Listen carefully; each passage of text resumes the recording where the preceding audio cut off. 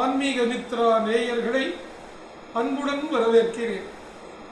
இந்த எபிசோட்டில் பயணத்தடை நீங்க என்கிற தலைப்பிலே பார்க்க இருக்கிறோம். பொதுவாகவே மக்கள் எல்லோரும், ஆண்பால் பெண்பால் எல்லோரும், சிறியவர் முதல் மாணவர்கள் முதல் மிகப்பெரியவர்கள் வரையிலும் ஒரு பயணம் தொடங்கலாம் என்னும் போது சில தடைகள் வருகின்றன. ரெகுலராக ஸ்கூலுக்கு போகிறது தடை வராது, ஒரு நாள் லீவு போட்டுக்கலாம். ஆனால் முக்கியமான விஷயம், ஒருத்தரை பார்க்க போகணும், ஒரு அப்ளிகேஷன் போகணும், அல்லது ஒரு பர்ச்சேஸுக்கு போகணும், அல்லது ஒருத்தரை பார்த்துட்டு வர்றதுக்காக போகணும், அல்லது ஒரு ஆலய தரிசனத்துக்காக ஒரு நீண்ட பயணம் போகணும் அப்படின்னு நாம் விரும்பி அந்த பயணத்தை மேற்கொள்ளுகிற போது தடை வருகிறதே. இந்த தடையை எப்படி நீக்கிக் கொள்வது, அல்லது தடை வராமல் இருப்பதற்கு என்ன செய்ய வேண்டும்?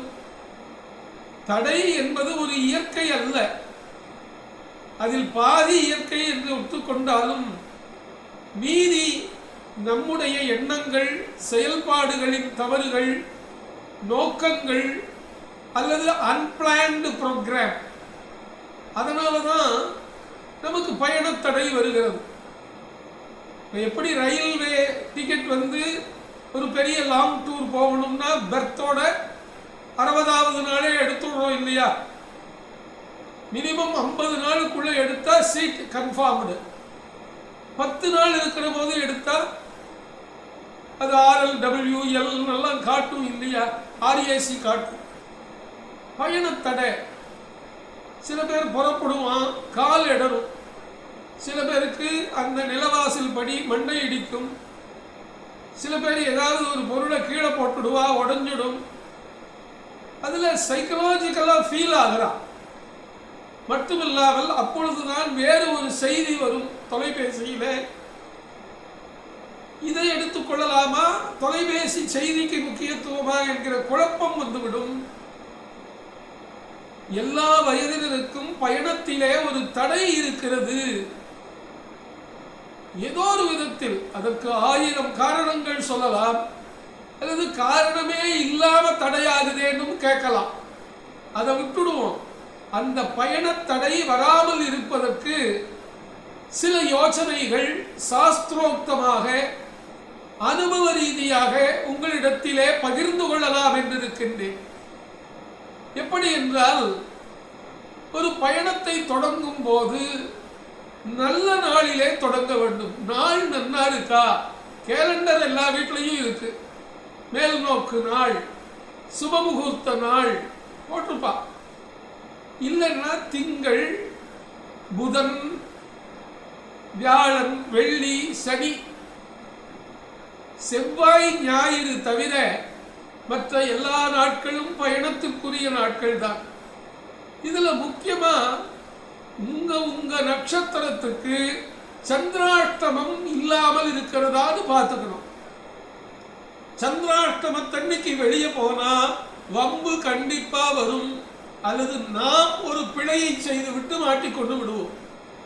சந்திராஷ்டம நாள் இல்லாத நாளிலே பயணம் கொள்ள வேண்டும்.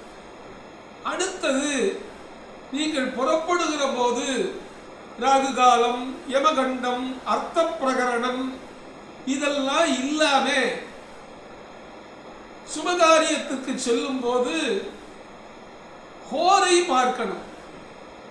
அதை யாராவது கேட்டா சொல்லிடுவா, அல்லது கேலண்டரோட பேக் சைடில் இருக்கும். கொஞ்சம் பழகினா நாமளே பழகிக்கலாம்.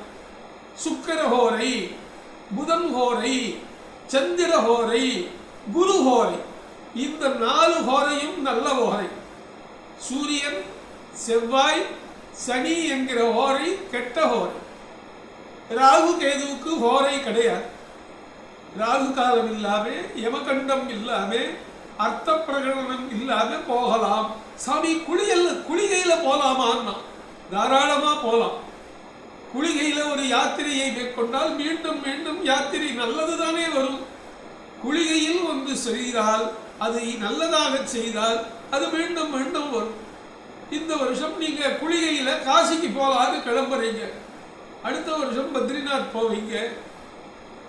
நல்ல நல்ல டூர். இந்தியா முழுவதும் அற்புதமான க்ஷேத்திரங்கள் இருக்கு. ரெண்டாவது, இந்த திசைக்கு இன்னைக்கு போகலாம், இந்த திசைக்கு இது போகக்கூடாது அப்படின்னு இருக்கு. அதே போல ஒரு பயணத்தை தொடங்கும் போது எந்த திசையை நோக்கி போகலாம்? நீங்க ஒரு திசை போவீங்க. இப்ப சேலத்திலிருந்து கோயம்புத்தூர் போகிறீர்கள் அப்படின்னா அது மேற்கு அல்லது தென்மேற்கு வருகிறது. அன்னைக்கு போகக்கூடாதுன்னு பஞ்சாங்கத்தில் இருக்கும். ஆனா போகலாம். அதுக்கு பரிகாரம் வெல்லம் தயிர் அப்படின்னு அவளே கொடுத்துருப்பான். அந்த பரிகாரத்தை உட்காந்துட்டு போ, தண்ணி குடிச்சிட்டு போங்க, ஒரு வாய் பால் வெல்லம் எடுத்துட்டு போங்க, போகலாம். ஒரு ஆபத்து சம்பத்துக்கு திடீர் பிரயாணமாக புறப்பட்டோம்னா அதில் சில சிரமங்கள் இருக்கும். அதை பயணத்தடைன்னு சொல்ல முடியாது. வெல் பிளான்டு ப்ரோக்ராமிங்ஸ் எல்லாமே இந்த மாதிரி தான் செட் பண்ணணும். எப்படி போற பார்க்கணும், கால நேரம் பார்க்கணும், தன்னுடைய நட்சத்திரத்துக்கு சந்திராஷ்டமம் இல்லாத நாளான்னு பார்க்கணும். பிறகு நாம் செய்யும் காரியத்திற்குரிய தேவதையை வணங்க வேண்டும். எப்பவும் எங்க கிளம்பினாலும் முதல்ல கணபதியை வணங்கணும், பிறகு குல தெய்வத்தை வணங்கணும், பிறகு இஷ்ட தெய்வத்தை வணங்கணும், பிறகு வீட்டு பெரியவர்களை வணங்கி அந்த பயணத்தை நீங்கள் மேற்கொண்டால் கண்டிப்பாக வெற்றி நிச்சயம். நல்லதே நினைப்போம், நல்லதே நடக்கும். வாழ்க வளர்க.